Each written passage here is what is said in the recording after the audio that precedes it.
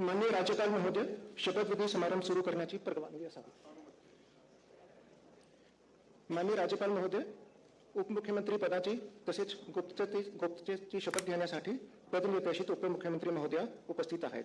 त्यांना आपणासमोर शपथ घेण्याची परवानगी असावी. श्रीमती सुनेत्रा अजित पवार.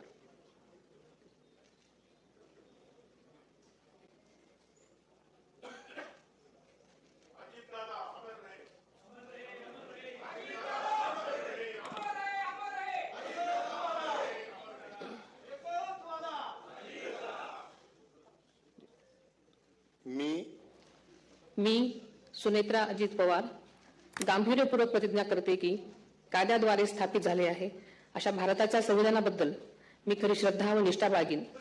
मी भारताची सार्वभौमता व एकात्मता उन्नत राखीन.